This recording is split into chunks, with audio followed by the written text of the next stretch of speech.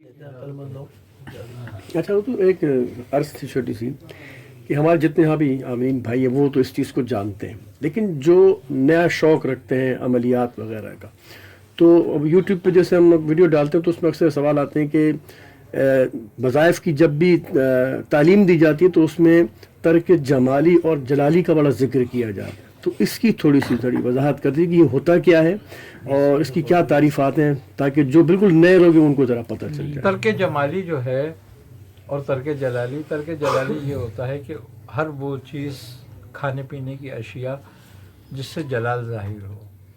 मकसद ये कि जानवर काटना, गोश्त खाना, ऐसा मछली का शिकार करना, बेज़ा तोड़ना यानी कि अंडा, ये सब जलाल को ज़ाहिर करता है।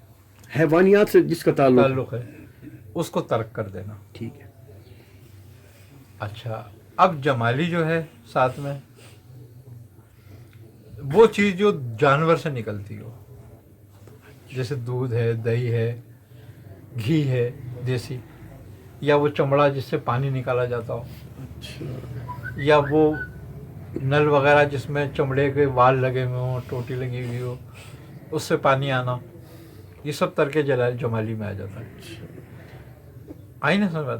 तो अब जब तर्क जलाली और जमाली मिला दिया जाता है तो उसके लिए फिर ये होता है कि वो गंदम की रोटी इख्तियार करे और साग इस्तेमाल करे, जिसमें अच्छा अब तर्क जमाली जलाली तो ये हो गया, उसमें वो नमक मिर्च डाल सकता है, लेकिन तर्क जमाली जलाली बिल लज़्ज़ात जिसमें आता है तो हर वो चीज़ जिसमें लज़्ज़त पैदा हो जाए फिर उसको भी तर्क कर देता है। वो चाहे साग ही क्यों ना हो, फिर उसमें नमक न डाले। आई ना समझ बात? तो वो तर्क बिल लज़्ज़ात हो जाता है फिर। अच्छा, मसूर की दाल भी तर्क जमाली जलाली में आती है, इसको भी ना इस्तेमाल करें। अच्छा, बाज़ तर्क जलाली जमाली में आग से बनी हुई चीज़ भी इस्तेमाल नहीं करने देते। अब आग से बनी हुई चीज़, रोटी वोटी सब कुछ है, चावल वावल वो तो सब आ गया। अब बगैर आग के जो इस्तेमाल कर सकते हो, फिर फलें, और फल भी इस्तेमाल वो कर सकते हो जिस पे छिलका हो, हाँ, और ड्राई फ्रूट मेवा इस्तेमाल कर सकते हो, लेकिन वो मेवा हो जिस पे छिलका हो। अच्छा, खजूर हर तरह की पढ़ाई में इस्तेमाल कर सकते हो। सही।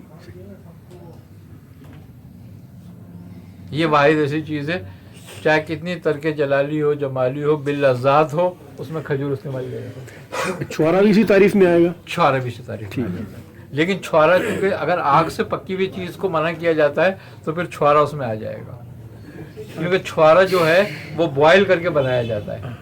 पानी में बॉयल की जाती है खज्जी को, तब बनता है छुआरा।